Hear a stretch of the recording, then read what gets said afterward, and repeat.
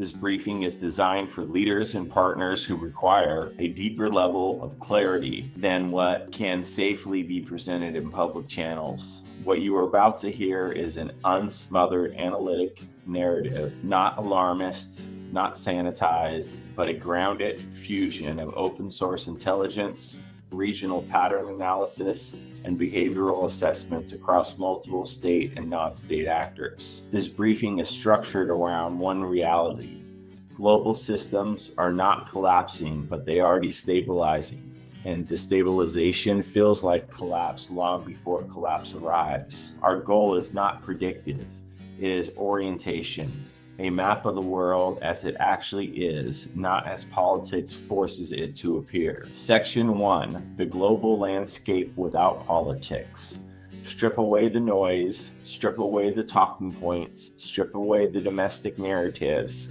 When you remove all of that, here is the single defining truth of this era. The international order that held together since the 1990s is no longer functioning as a stabilizer. This is not because one country broke it. This is not because one war disrupted it.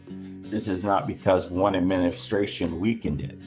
It is because the world shifted into a new structural shape. One superpower overstretched, one rising power testing limits, one declining power lashing outwards, several metal powers acting without fear, dozens of smaller conflicts echoing off one another. This is not a coordinated collapse. It is distributed destabilization. 1,000 small fractures instead of one massive break. And that is the part most people can see. Section 2. Russia, strategic weakness masquerading as strength. From an internal analysis standpoint, Russia is not a stable actor. It is an unstable actor with nuclear capability, and that difference matters. Russia's conventional military is degraded, not defeated, but degraded. Severe manpower loss, ammunition shortages, logistical strains, weakened officer corps, economic pressure, fractured elite loyalty, but a weakened power is often the most dangerous than a strong one. Russia's leverage no longer comes from conventional force. It comes from nuclear signaling, energy disruption, cyber operations, information warfare, alliances with Iran and North Korea, a systematic risk tolerance. This is what makes the Russia-NATO access the most consequential pressure point in the global network, not because war is inevitable, but because miscalculation is more plausible than at any time since the 1980s. Section 3, Poland and NATO, frontline psychology. When Polish officials discuss nuclear scenarios, the intent is deterrent signaling, not prediction. Internal assessment. Poland has shifted from defensive posture toward psychological posture. NATO tolerates Poland's rhetoric because it reinforces its alliance's red line. Russia interprets it as escalatory but not operational. China interprets it as evidence of Western distraction. Iran interprets it as evidence of Western fracture. None of this theatrical is strategic messaging, but the messaging becomes dangerous when multiple actors interpret the same signal through different survival instincts.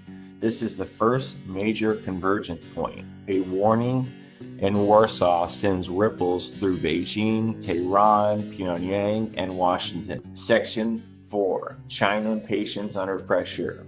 Here is the part the public rarely hears. China is not rushing towards conflict with Taiwan.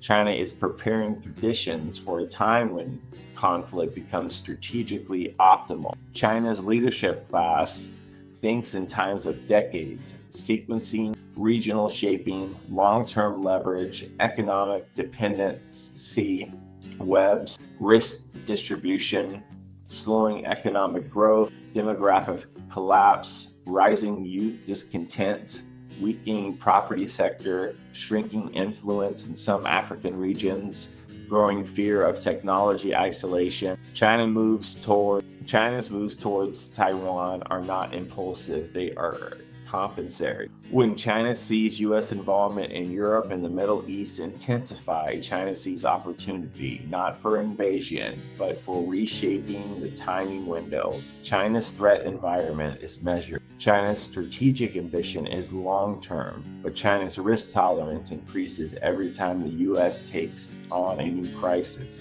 But the second global convergence point, Section 5, U.S. naval posture in the Caribbean. Public reporting minimizes this. Internal assessment does not. The U.S. Navy's presence off the coast of Venezuela is not about Venezuela alone. It is about what Venezuela represents. Chinese economic foothold, Russian influence channels, Iranian covert networks, energy leverage, regional migration pressure, narco-militia destabilization. This region connects to every great power conflict indirectly, and great powers watch each other deployments clinically.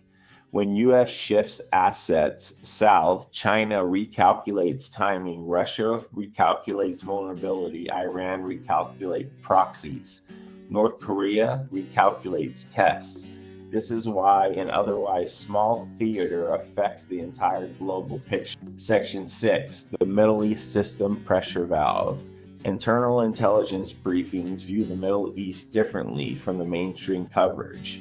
Here is the actual risk structure. Israel-Gaza is no longer a regional war. It is a systemic stressor because it forces the United States to deploy more resources, sustain multi-theater obligations, absorb global diplomatic costs, maintain deterrence presence, protect shipping lanes, uphold existing alliances, manage domestic pressure. The Middle East now consumes more American bandwidth than any other region, and every rival power sees it. Iran sees it, China sees it, Russia sees it, North Korea sees it. The more bandwidth the U.S. commits to the Middle East, the more strategic room every adversarial actor acquires. This is the third convergence point, and right now it is the most volatile. Section 7, Iran, the architect of distributed instability. Iran is not seeking a direct war with the U.S. Iran is seeking disturbance, dominance. Iran's strategy is multi-layered. Proxy militias, asymmetric warfare, drone technology, missile proliferation, cyber operations, regional alliances, oil leverage, political disruption. Iran's goal is increase influence everywhere except the one place it cannot, inside Israel. Iran's strategic logic is the more conflict drain U.S. resources, the more Iran can expand. Iran is not an isolated actor. It is a systemic destabilizer, and its influence radiates through every region. Section 8, North Korea's strategic outline isn't. North Korea signals when global attention is fractured. This pattern is clear. U.S. focused on Europe, North Korea U.S. focused on Middle East, North Korea tests missiles. China under economic strain, North Korea tests missiles. Russia under sanctions, North Korea tests. North Korea is not random. North Korea opportunists. Its partnership with Russia has deepened. Its dependency on China is absolute. Its contribution to instability is intentional. North Korea acts as a pressure reinforcement for both Russia and Chinese strategy aims. This is future convergence point 4. Section 9, reality of full connected crisis. Here's the quiet truth that cannot be spoken publicly without causing panic. There are no isolated major conflicts left in the world. All major crisis zones now feed into each other in real time. Russia influences China, China influences Iran, Iran influences the Middle East instability influences U.S.